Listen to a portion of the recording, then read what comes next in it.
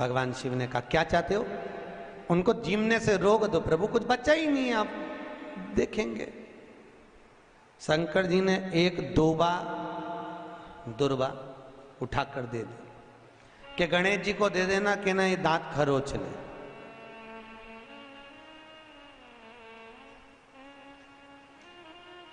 कुबेर जी लेके एक दूबा चले। कुबेर जी ने सोचा खाया इतना है तो एक दूबा से क्या काम चलेगा। जाते जाते उन्होंने दूबा की गड्डी बना ली। आज भी नियम है, गणेश जी को ढेर सारी दूबा चढ़ाने की जरूरत नहीं है। शिव जी ने एक दुर्बा गणेश जी को दी थी, इसलिए एक दुर्बा गणेश जी को चढ़ा दो तो गणेश जी स्वीकार कर लेते हैं। ढेर सारी चढ़ाने से कोई लाभ नहीं है कि बहुत सारी चढ़ाएंगे तो गणेश जी राजी होंगे। तो कुबेर जी ने चलते चलते बहुत सारी उठा ली थी, गणेश जी को ले जाके दे दी। लो प्रभु ये कहां चढ़ाते हैं दुर्बा? गणेश जी का जो दांत टूटा है उस दांत की ओर गणेश जी को दुर्बा समर्पित करी जाती है। इसलिए हमारे हिंदू धर्म में दो तरह के गणेश जी का प्रमाण कहा जाता है, एक राइट सूंड के गणेश, एक लेफ्ट सूंड के गणेश। राइट सूंड का जो गणेश होता है वो घर में रखा जाता है, और लेफ्ट सूंड का जो गणेश होता है वो अपने ऑफिस में, व्यापार की जगह पर, दुकान में, धंधे में, पानी में, सर्विस में, नौकरी में लेफ्ट सूंड का गणेश रखा जाता है। जिसके दुकान, व्यापार, व्यवसाय में अगर राइट सूंड का गणेश रखा जाता है तो लक्ष्मी आती है पर टिकती नहीं है। इसलिए घर में सीधी सूंड का गणेश और दुकान, व्यापार, व्यवसाय में, ऑफिस में उल्टी सूंड का, दो गणेश। तो इसका मतलब ये थोड़ी ना कि तुम्हारे घर में गणेश जी बैठा तो तुम उठा के बदल लिया, यहाँ का यहाँ दिया, यहाँ का दिया। अब रखे रहने। हमेशा याद रखो, गणेश चतुर्थी के बाद अनंत चतुर्दशी पर जब गणेश जी का विसर्जन करते हैं तो गणेश जी की दो धर्म पत्नियां, वैसे तो गणेश जी की कुल मिला के 5 पत्नी, कितनी है? गणेश जी की 5 पत्नी। पहली श्री, दूसरी तुष्टि, तीसरी पुष्टि, चौथी रिद्धि और 5वीं सिद्धि। कितनी है? 5। ये व्यक्ति के नाम के आगे जो लिखा रहता है ना श्रीमान, ये श्री संबोधन कहां से आया? और एक पीछे लिखते हैं, जैसे नाम के आगे लिखते हैं श्री और पीछे लगाते हैं जा में ई की मात्रा जी। लिखते हैं कि इधर नहीं लिखते? लिखते हैं श्रीमान अग्नि प्रसाद जी, श्रीमान बद्री प्रसाद जी, श्रीमान हरीश प्रसाद जी। तो श्री आगे क्यों आया और जी पीछे क्यों आया? कौन ने लगाया? किस लिए लगाया? कौन ने बताया कि आगे श्री लिखो? किसी के नाम के आगे जी लिख दे, पीछे श्री लिख दे, मर्जी अपनी, अपन कुछ भी लिख सकते हैं। पर किसने कहा कि आगे श्री लिखो? क्योंकि गणेश जी महाराज जब विवाह करने जा रहे थे और गणेश जी की जब बारात जा रही थी तो यमुना जी के तट पर गणेश जी की प्रथम पत्नी श्री गणेश जी के चरण पखारने के लिए खड़ी हो गई। और प्रथम गिनती में जब गणेश जी चलने लगे तो श्री ने उनके चरणों को रोक लिया और कहा, प्रभु मैंने आपका आवाहन करा है, मैं आपको अपने पति के रूप में देखती हूँ। भगवान गणेश जी ने कहा, तूने प्रथमता में मुझे पाया है, जिसके नाम के आगे तेरा संबोधन लगा रहेगा वो जगत में प्रसिद्ध होता चले जाएगा। इसलिए श्रीमान लिखा जाता है। अब जी का संबोधन कहां से आया वो भी समझ लीजिए। हर कहीं से थोड़ी ना लगा दिया जाता है कि जी कहां से आ गया। एक पत्नी भी लगाती है ए जी, और जब वो बोले ए जी तो तुरंत खसक लो जी, नहीं तो 500 गया जी। उसके जी में थोड़ा भारीपन है।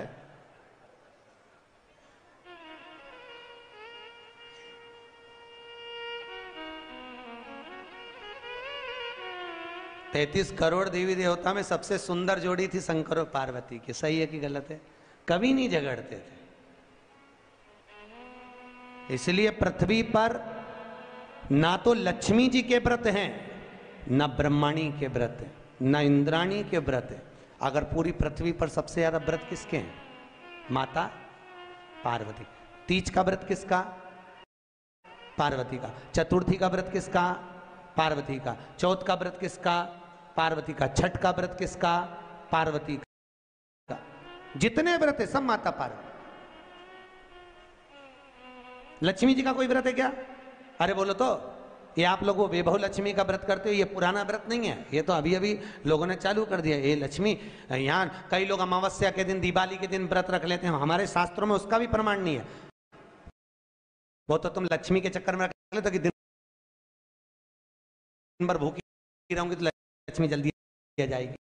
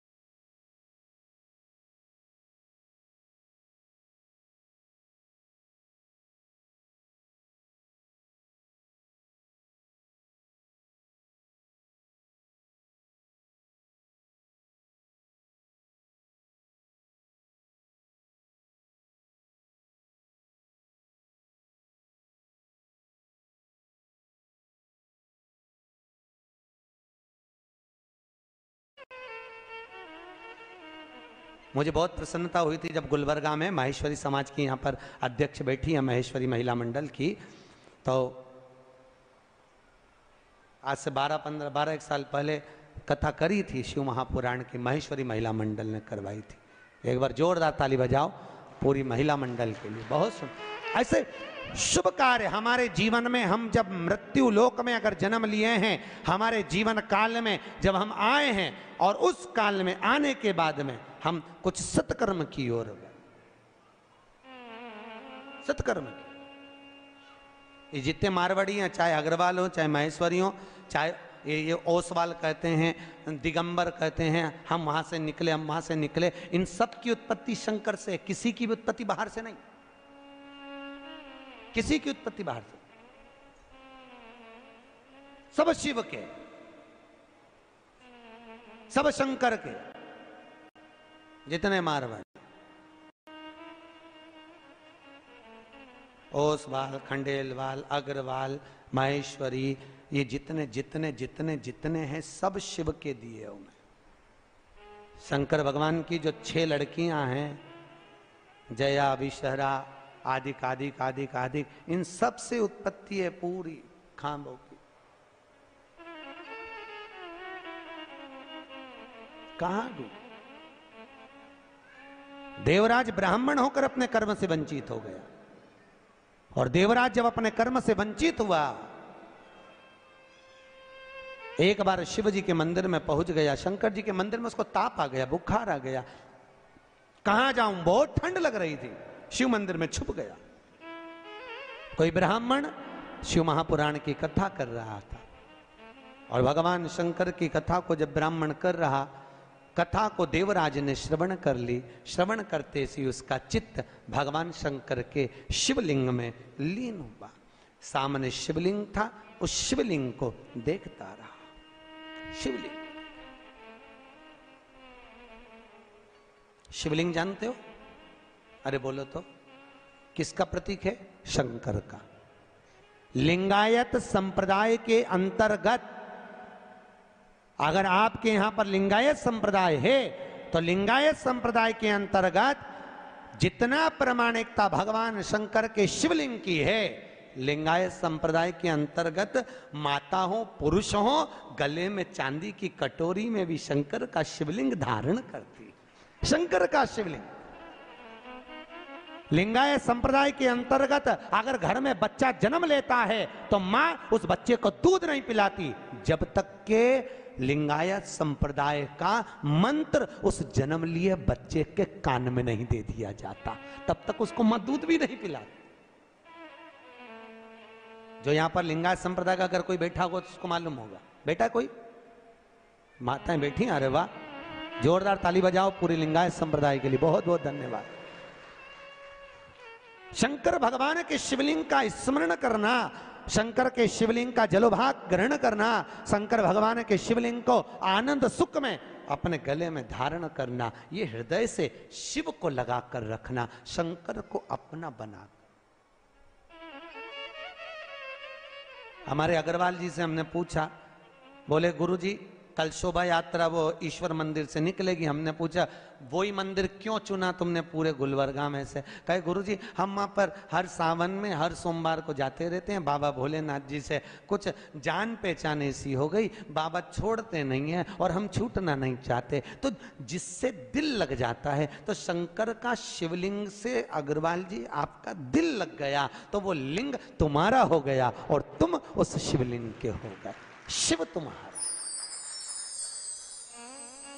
देखो दिल लगाना बहुत जरूरी है। अमेरिका वालों ने रिसर्च करा है, अटैक की बीमारी से बचना हो तो दिल लगा लो। वो बोल रहे हैं कुत्ता पालो, वो कह रहे हैं गैया ये पालो वो पालो। हमारे वैज्ञानिकों ने, हमारे संतों ने, हमारे राष्ट्र के संत वेदव्यास जी आदि आदि जितने संत हुए, उन्होंने तो पहले से ही कहा इस दिल को लगा कर रखिए। अगर ये दिल संतों में लग गया, सत्संग में लग गया, गौ माता की सेवा में लग गया, शिवलिंग में लग गया, तो फिर ये दिल अगर वहां खुल गया तो फिर हॉस्पिटल में नहीं खुलेगा। हॉस्पिटल में उसी का दिल खुलता है जो सत्संग में नहीं खुला। इसलिए अटैक की बीमारी उसी को आती है, समझ गए?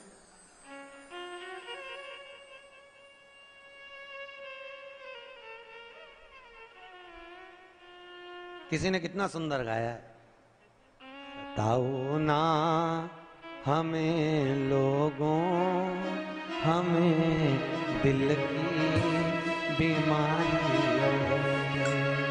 सताओ ना हमें लोगों, हमें दिल की, बोलो तो, बीमारी। हमारा वेद काशी में वो त्रिपुरारी है, हमारा वेद काशी में वो त्रिपुरारी है। सताओ ना हमें लोगों, हमें दिल की बीमारी।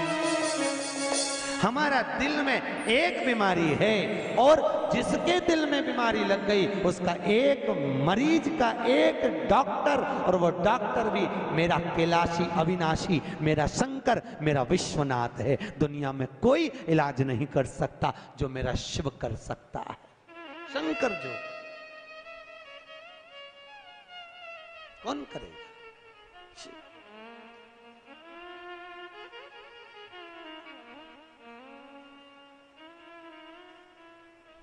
बीमार होने पर लोग तुम्हें आईसीयू में पटक देते हैं, वेंटिलेटर पर पड़ा है, परिवार का आदमी भी अंदर नहीं जा सकता केवल डॉक्टर के सिवाय। कोई जाता है? बोलो तो, कोई नहीं। पर उस वेंटिलेटर पर भी, उस आईसीयू में भी एक अंदर है। वो कौन? वो त्रिकालदर्शी मेरा शिव अंदर विराजमान है। इसलिए कहते हैं जब व्यक्ति को घात आती, एक्सीडेंट होता है, तकलीफ आती, अटैक आता, शुगर बढ़ती, बीमारी आती, कोई किसी देवता को याद नहीं करता, ना नारायण, ना कृष्ण, ना देवी, ना देवता। अगर कोई याद करता है तो केवल शंकर को, महामृत्युंजय का जाप करवाता है। क्यों? क्योंकि शिव है तो श्वास चल रही है, शिव निकल गया तो केवल शव रह गया। इसलिए उस शंकर को याद करते कि निकल कर चले मत जाना, आईसीयू में रहना, आईसीयू में वेंटिलेटर पर रहना। जब तक हमारे यहाँ का जीव पड़ा है तब तक शिव उसके अंदर रहे। शिव है तो शरीर है, और शिव गया तो केवल शव है।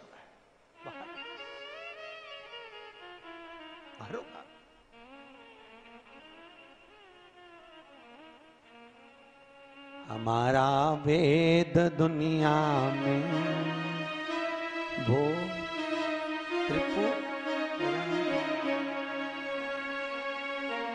एक बहुत अच्छा भजन हमारे भगत लोग गाते हैं, काल क्या करेगा,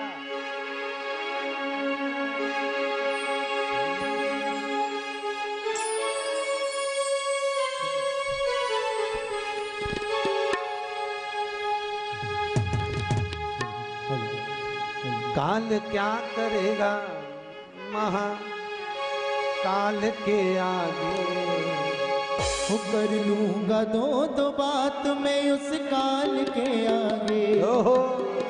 कर लूंगा दो बात मैं उस काल के आगे। वो काल क्या करेगा महाकाल के आगे, वो काल क्या करेगा महाकाल के आगे। बोलो तो ना,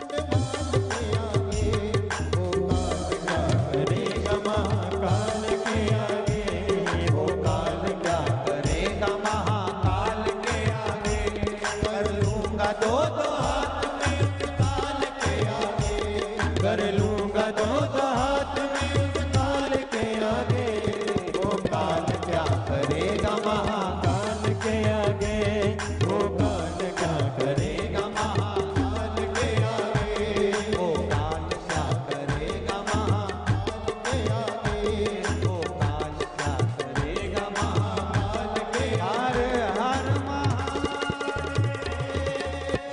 अगर मेरा महान काल अंदर बाहर जहां तहां हर जगह पर वही तो विराज। दूसरा है कहां पहुंचा है, हर जगह पर तलातल रसातल वायुचर जीव जहां जहां देखो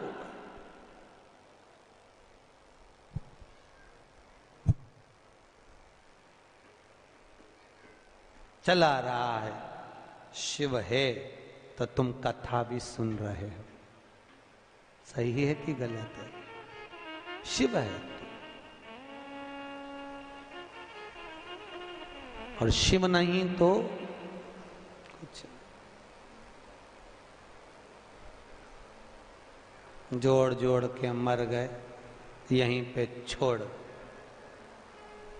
जब कोई मर जाता है तो लोग पूछते हैं गुरुजी ये बताओ लोग मर गए तो राम नाम सत्य कहते कहते कि नहीं कहते? और वो उसके अर्थी लेके जाते हैं तो फेंकते फूल मखाना और चिल्लर खुला पैसा इधर फेंकते कि नहीं फेंकते? फेंकते। क्यों फेंकते? हमने कहा भैया गरुड़ पुराण में लिखा है फूल इसलिए फेंकते हैं श्रद्धांजलि के, मखाना इसलिए फेंकते हैं कि परिवार पूरा फूला फूला छोड़ के गया इसलिए। ये पैसा क्यों फेंकते हैं?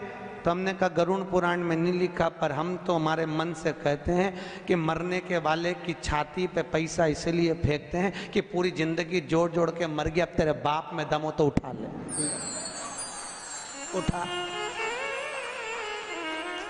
एक एक रुपए के पीछे रात के 10-10 बजे तक बैठा रहा, खाने तक की फुर्सत नहीं मिली, कमाए कमाए कमाए जोड़ जोड़ के मर गया, उठा राम नाम। अरे बोलो तो सत्य है राम नाम, उठा। अब दम हो तो उठा ले। और कल्ला ठूट जैसा पड़ा और छाती पे पैसा पड़ा जिसके लिए पूरी दिन दिन रात रात लगा दी, खाने की फुर्सत नहीं, कमाओ कमाओ कमाओ जोड़ो जोड़ो। 8 बजे से लेकर रात के 10-10 बजे तक दुकान नहीं छोड़े, कमाओ कमाओ कमाओ, एक एक रुपए के पीछे झगड़ा कर ले। अब उठा उठा। खुद की औलाद खुद की छाती पे फेंक रही राम नाम सत्य के क्या, उठा ले। अच्छा ऐसा पड़ा, उठा ले। अब तो नाक में भी रुई धरी, उठा उठाओ। जिसको कमा कमा के मर गए उसी को तुम्हारी छाती पे पटका कि ये रुपया किसी काम का नहीं दादा, कर लिया सो काम है, भज लिया सो राम है और दे लिया सो दान है। ये शिव महापुराण की कथा यही सीख देती है। इसलिए तो शंकर जी शमशान में बेफिक्र होकर रहते हैं कि अलमारी होए तो चाबी लगाना पड़े, अपन तो खुला छोड़ो और घूमने चलो। क्या मतलब? आग लगे बस्ती में अपन रहो मस्ती में, क्या मतलब? क्या मतलब? नामदेव जी का चरित्र सुना? नामदेव जी, एक बार नामदेव जी की कुटिया में आग लग गई। गांव के लोग इकट्ठे हुए, उन्होंने नामदेव जी के घर में से गद्दा वगैरह चटाई वगैरह निकाल ली, थोड़ी किताब। नामदेव जी आए, उन्होंने देखा आज तो मेरी कुटिया में आग लग गई। धन्य है रे भगवान, बारे मेरा पांडुरंगा, हरि विठल, गजब करा तूने, आज अग्नि के रूप में आ गया। बारे प्रभु वाह। नामदेव जी से लोगों ने कहा हमने इतना सामान बचा लिया। नामदेव जी बोले काय को बचाया? भगवान आए थे, दे दो, लाओ दो। गद्दा भी पटक दिया, चटाई भी पटक दी, रजाई भी पटक दी। गांव के लोगों ने सोचा अपन ने तो बचाया, बताओ इसको देखो तो सही, पूरा आगी में पटक दिया, अगली बार लगने दे आग, अपन एक चीज नहीं बचा। और एक गांव का लोग इसको ओढ़ने के लिए कुछ मत देना, ठंड का समय है, ठंड में मर जाएगा अपने आप। नामदेव जी आगी लगी, कुकड़ते कुकड़ते सो रहे हैं। गांव के लोगों ने कहा एक रात सोएगा ना बिना रजाई गद्दा के मर ही जाएगा, मत दो एक भी। गांव के लोगों ने दिया ही नहीं, सब चले गए। इसको सबक देना जरूरी है।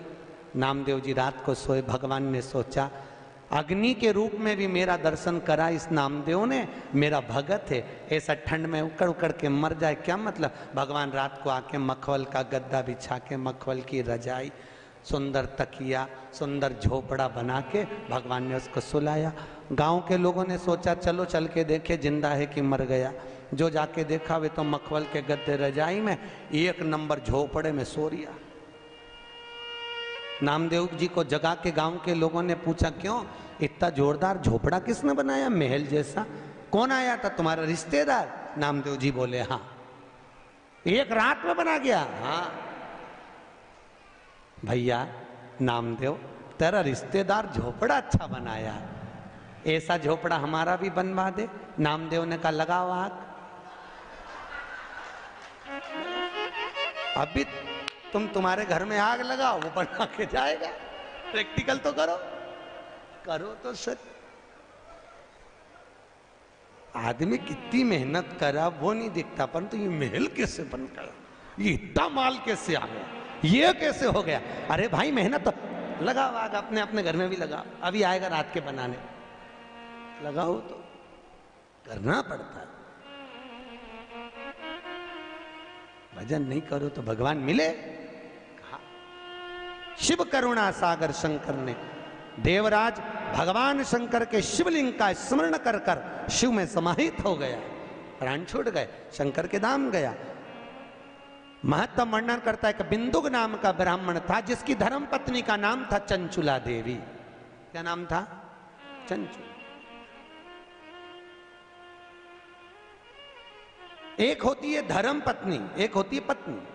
ये चंचुला जो थी ये धर्म पत्नी नहीं थी, ये पत्नी थी।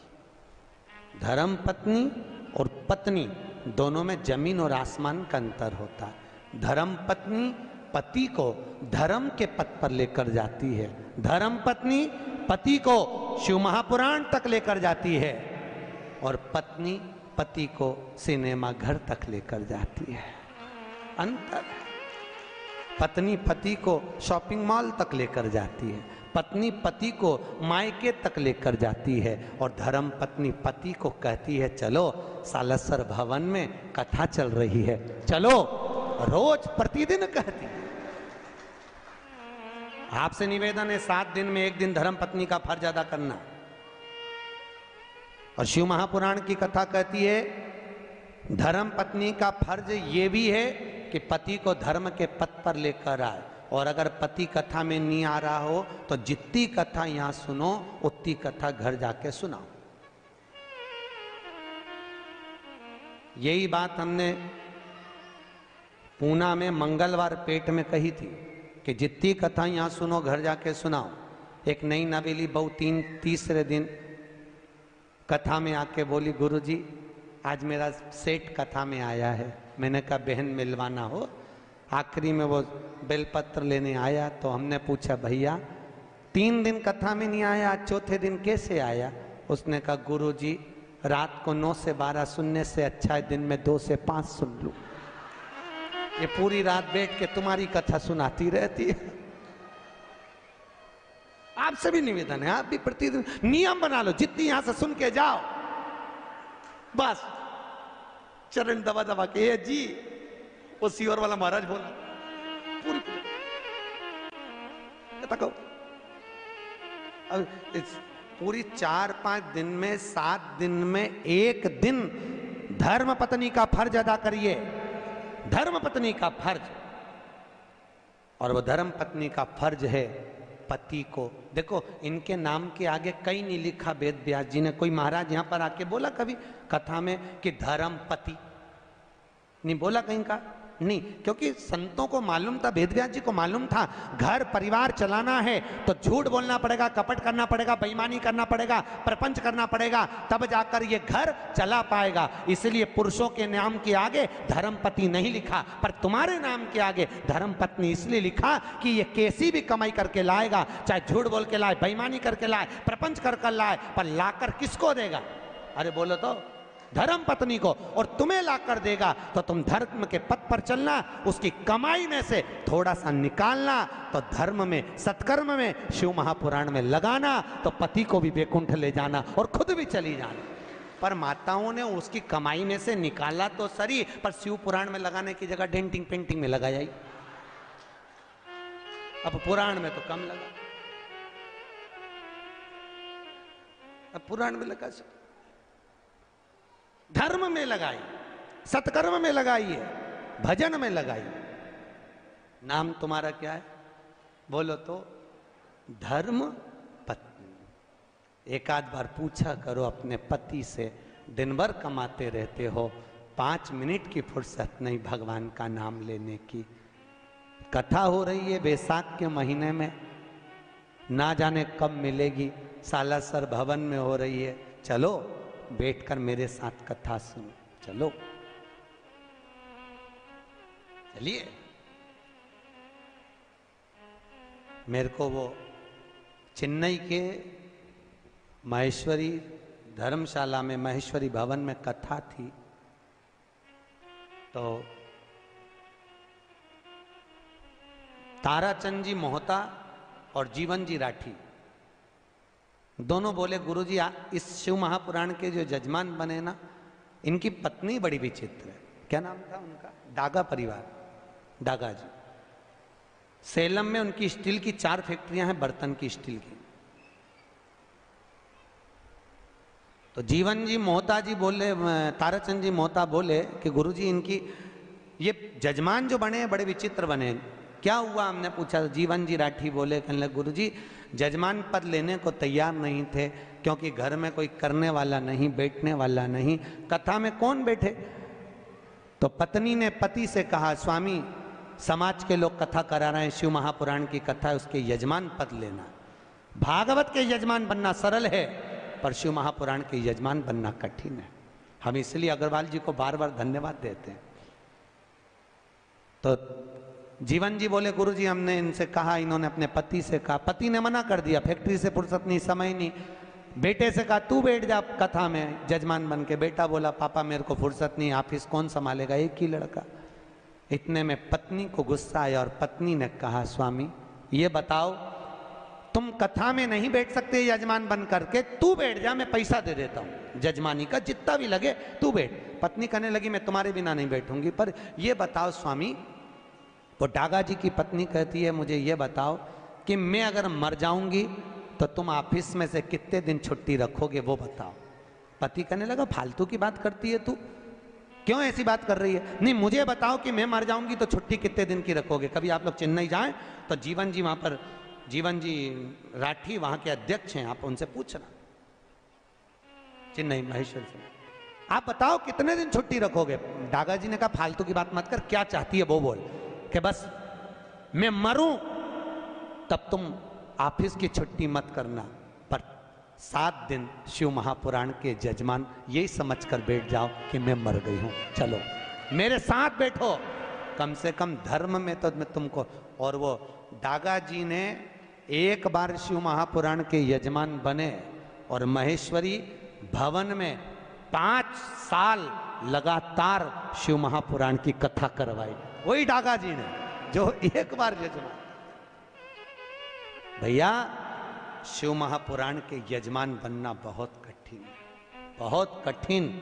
ना जाने कौन सा पुण्य हमारा इकट्ठा होता है, ना जाने कौन कौन सा दान पुण्य सत्कर्म हमारा इकट्ठा होता है, तब जाकर अपने परिवार द्वारा शिव महापुराण की कथा हो पाती है। ये करुणा, हम तो कहते हैं कंसल जी आपके परिवार में कहीं ना कहीं आपके पूर्वजों को बहुत आशीर्वाद है, पितरों का बहुत करुणा है आपके पूर्वजों की, पितरों।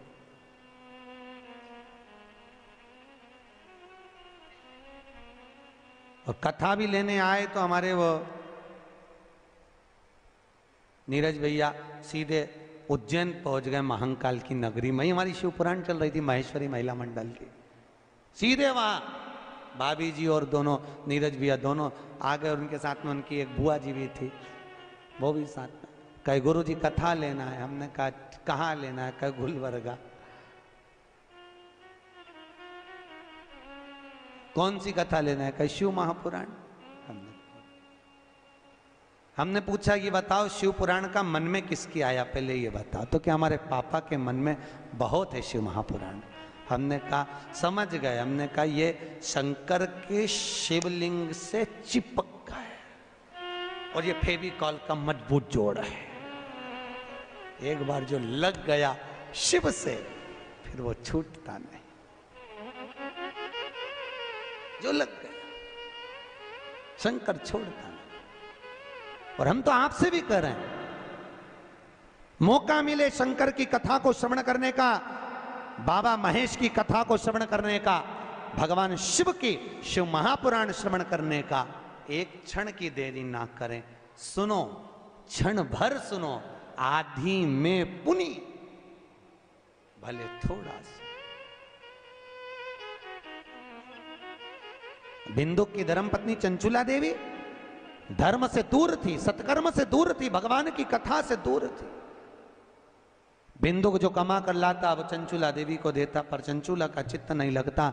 एक दिन बिंदु धन तो लाया, प्राण छूट गए, पर चोरी का धन लाया था, इसलिए प्रेत योनि में चले गया। प्रेत योनि में चले गया, भटकता रहा। चंचुला देवी को लगा क्या करूं, अब चंचुला देवी बेधव्य हो गई, विधवा हो गई, क्या करा जाए। पूरे नगर के लोग मिलकर आनंद से काशी विश्वनाथ की नगरी में दर्शन करने जा रहे हैं। कहां जा रहे हैं, जम के बोलो, काशी। काशी जानते हो, सब जानते हो, ठीक।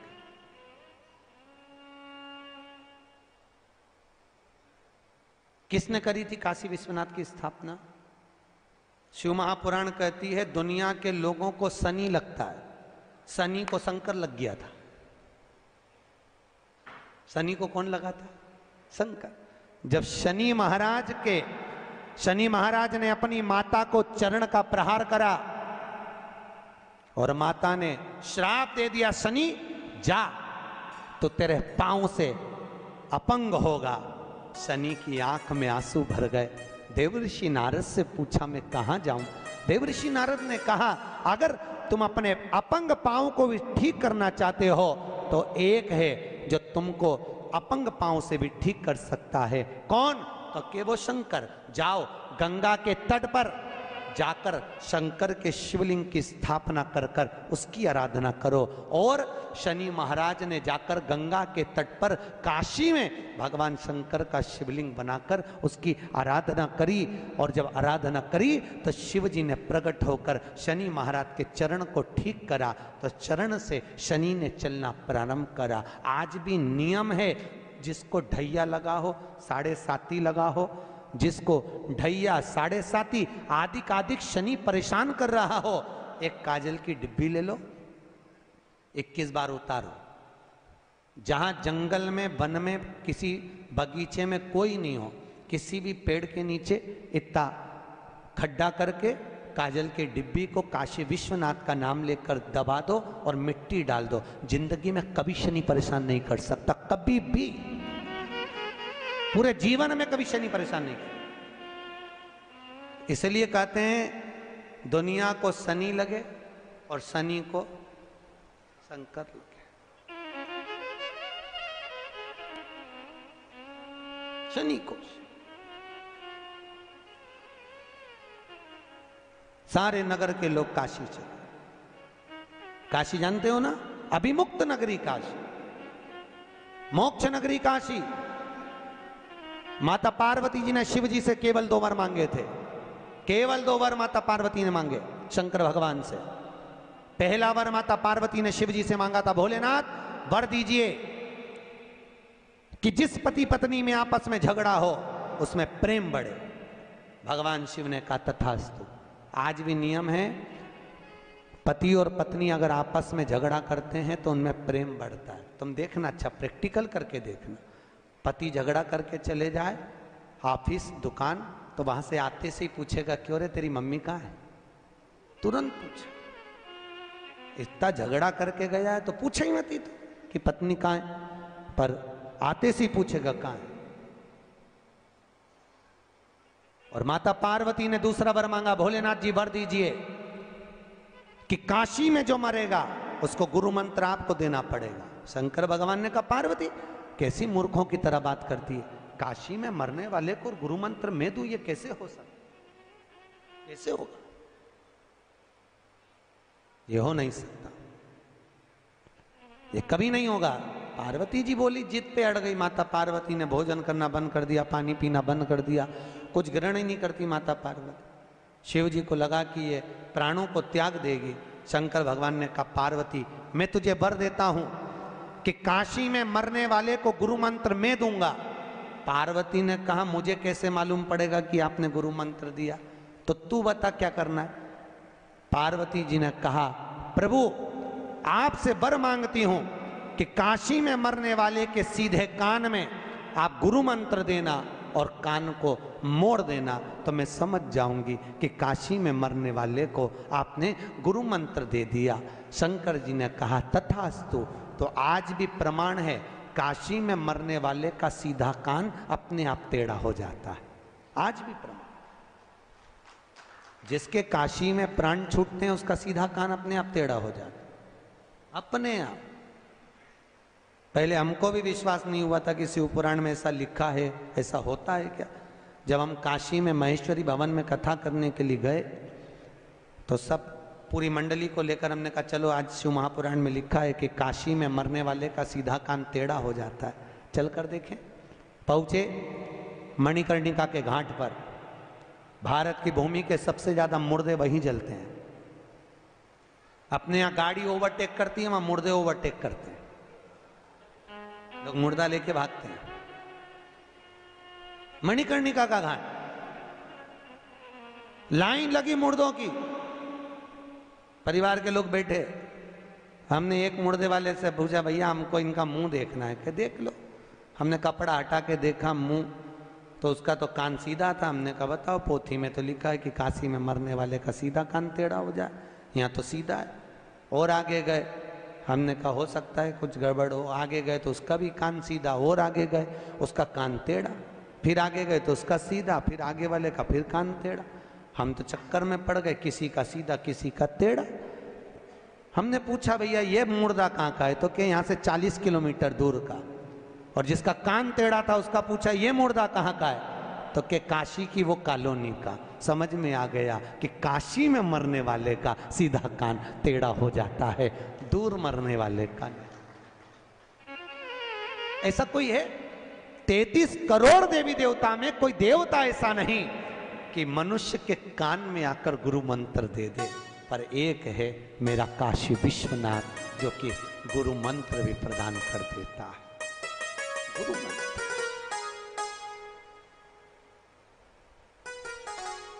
इसलिए ओम नमः शिवाय, ओम नमः शिवाय, हरे हरे भोले नमः शिवाय। जपो, जपते रहो, भजन निरंतर करते। शिव का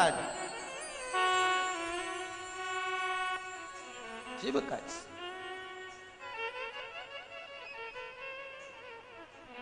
भगवान की भक्ति को धारण कर। आज भी शास्त्र कहता है, अगर हम काशी नहीं जाते तो 5 बार मुख से काशी काशी जप लो। क्या नाम जपना? काशी काशी। हम तो कहते हैं अपनी छोरी का नाम रख दो काशी बाई।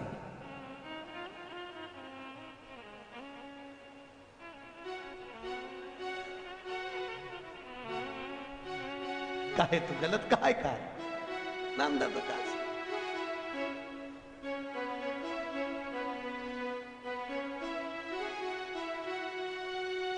काशी काशी 5 बार बोल ले जीव, उसको यम के दूत पकड़ ही नहीं सकते। काशी काशी बोल लेने पर यमराज बंदी बनाने नहीं आता, फिर आता है तो मेरा महाकाल, मेरा ठाकुर, मेरा, क्योंकि शिवजी जिसको भेजेंगे, नारायण को भेज जाता नारायण आ जाएंगे, ब्रह्मा को भेजा तो ब्रह्मदेव आ जाएंगे। ये तो अपनी मर्जी है, अपन को 4 व्हीलर में जाना है कि 2 व्हीलर में जाना है। ऐसे तो यमराज भी आता है ब्लैक कलर की स्कॉर्पियो पे।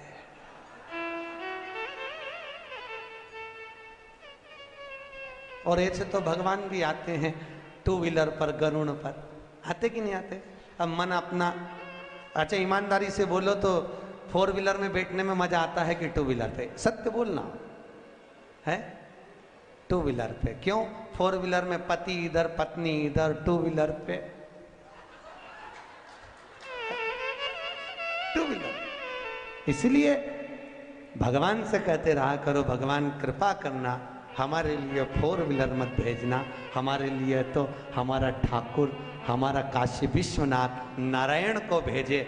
जब वो गरुड़ पर चढ़कर आए, जैसे लक्ष्मी पीछे से बैया डालकर बैठे, ऐसे मैं नारायण की बैया डालूं और उड़कर सीधे चले जाऊं, ऐसी करुणा। नहीं, अगर फोर व्हीलर पे जाना हो, ब्लैक कलर की स्कॉर्पियो पे, तो मर्जी तुम्हारी, मन तुम्हारा।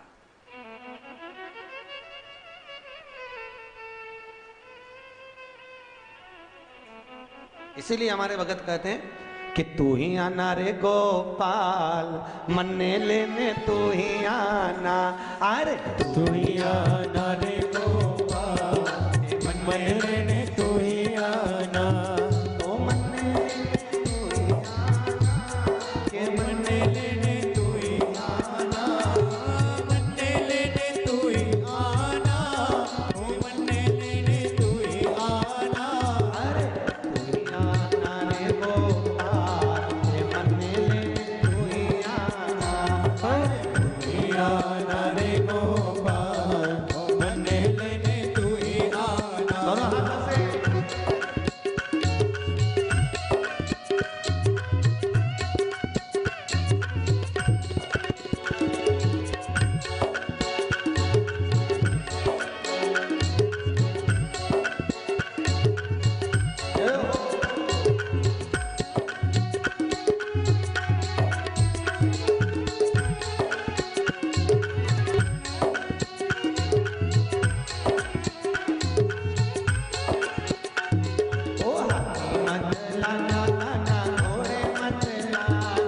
हाथी मत लाना काना, घोड़े मत लाना।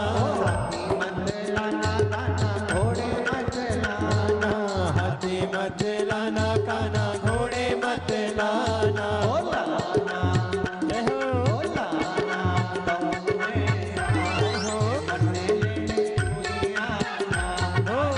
आना गऊ में साए, मन्ने लेने तू ही आना। तू ही आना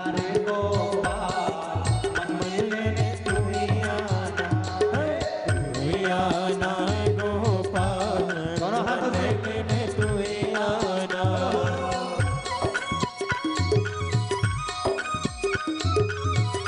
बड़े भाव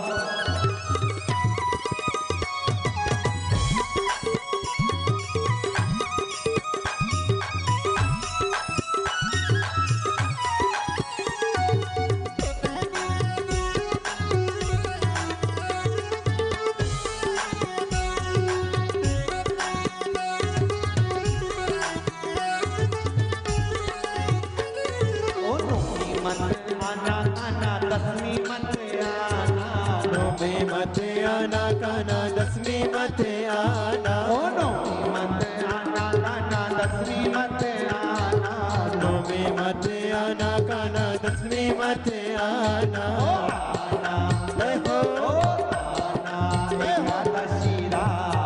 मन्ने लेने तू ही आना। आना एकादशी रात, मन्ने लेने तू ही आना। ओ मन्ने लेने तू ही आना, मन्ने लेने तू ही आना, मन्ने लेने तू ही आना, मन्ने लेने तू ही आना। अरे तू ही आना रे गोपाल, मन्ने लेने तू ही आना। तू ही आना रे गोपाल, मन्ने लेने तू ही आना। हो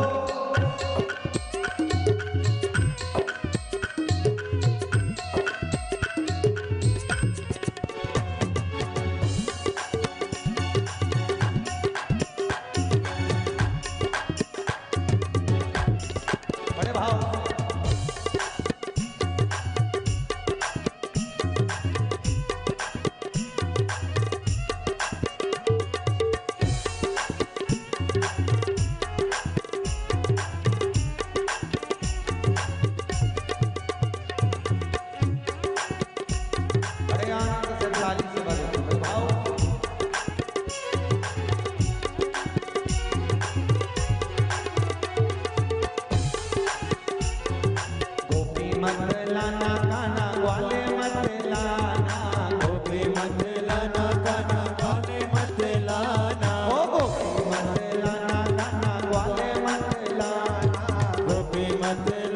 कान्हा गौने मत लाना, बोलाना हो बोलाना हो लाना लाना सा के मन लेने तू ही आना, लाना राधा सा मन लेने तू ही आना, ओ मन लेने तू ही आना के मन लेने तू ही आना, मन लेने तू ही आना, मन लेने तू ही आना, अरे तू ही आना रे गोपाल मन लेने तू ही आना अरे तू ही आना रे गोपाल, मन लेने तू ही आना,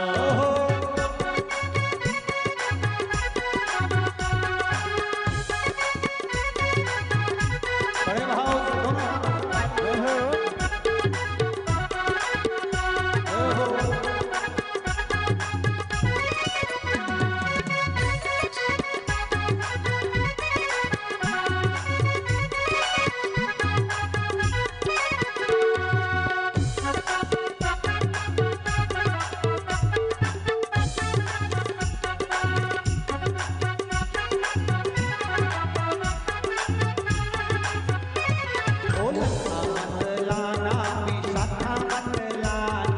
ललता मत लाना, विशाखा मत लाना, लाना ललता मत लाना, विशाखा मत लाना, जय हो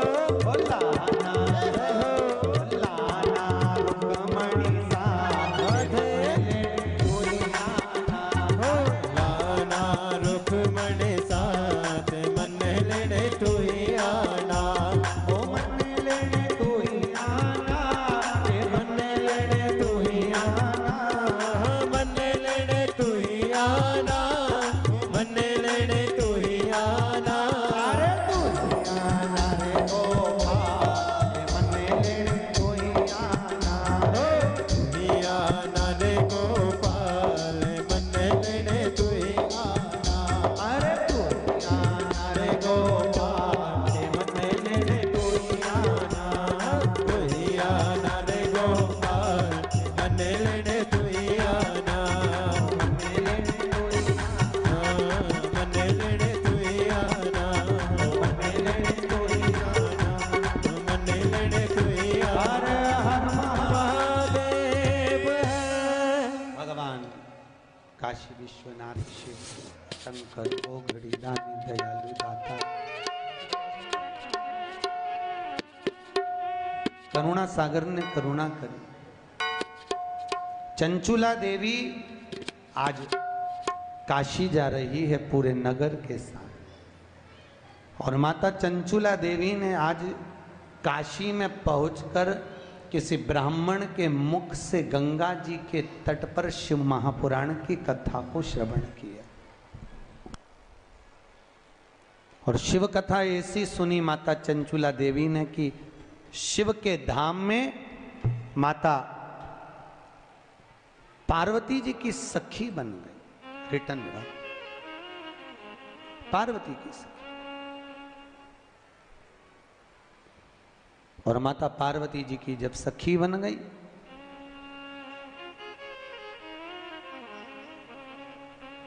चंचुला देवी की आंख में आज आंसू है। पार्वती जी ने पूछा, चंचुला क्या बात है? चंचुला जो तुम चंचुला देवी आखिर बात क्या है जो तुम्हारी आंखों में आंसू है? पार्वती जी ने जैसे ही पूछा तो माता पार्वती उसी समय पर चंचुला देवी के शब्दों को सुना। चंचुला ने कहा, मेरा पति प्रेत योनि में भटक रहा है, उसको मुक्ति नहीं मिल रही, मैं क्या करूं कि मोक्ष मिले? पार्वती जी ने कहा, एक काम करो चंचुला देवी, तुम एक बार शिव महापुराण की कथा करवाओ, उससे जीव किसी भी योनि में हो वो मोक्ष पा जाता। चंचुला देवी ने कहा, कथा किससे करवाऊं? भागवत हो तो ब्राह्मण कर देवे, रामायण हो तो ब्राह्मण कर देवे, क्योंकि भागवत रामायण गीता आदि कादिक में जो भेंट चढ़ती है वो तो काम में आ भी जाए, पर शिव महापुराण में तो भेंट का भी महत्वता। किससे करवाया? पार्वती जी ने कहा काम करो, नारद जी के पास जाओ। नारद जी, तो नारद जी के पास चंचुला देवी ने जाकर कहा नारद जी आप हमारे पति के मोक्षार्थ शिव महापुराण की कथा कर दी। शिव पुराण। नारद जी ने कहा भैया कथा तो मैं कर नहीं सकता, क्योंकि मुझे तो श्राप लगा है कि मैं एक जगह पे बैठ नहीं सकता। अच्छा, नारद जी को जो श्राप लगा, ऐसा श्राप किसी किसी को लगा रहता है, ऐसा नहीं है। कथा सुनने सब आते हैं, नारद भी आता, निंद्रा देवी भी आती। कोई कथा में सो रहा हो, नींद आ जाए तो समझ लो कुंभकर्ण की पत्नी आज कथा में आ गई, ठीक है। और कोई कोई व्यक्ति फिर आए फिर जाए, फिर आए फिर जाए, फिर आए फिर जाए, समझ लो उसमें नारद भरा गया है, क्योंकि नारद को श्राप लगा, एक जगह नहीं बैठ सकता।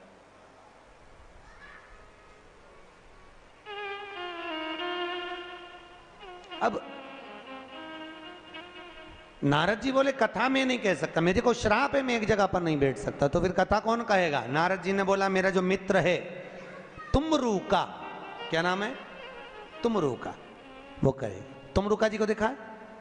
आपके क्षेत्र में शंकर जी के मंदिर जो होते हैं बड़े बड़े साउथ के, उसमें भगवान के मंदिर में दो मूर्तियां दरवाजे पे मिलती, एक नारद जी बीणा लेकर खड़े हैं और एक घोड़े का मुंह लगा है और गले में बीणा पड़ी हुई है, करताल रखा है। देखा है ऐसी मूर्ति का दर्शन करा?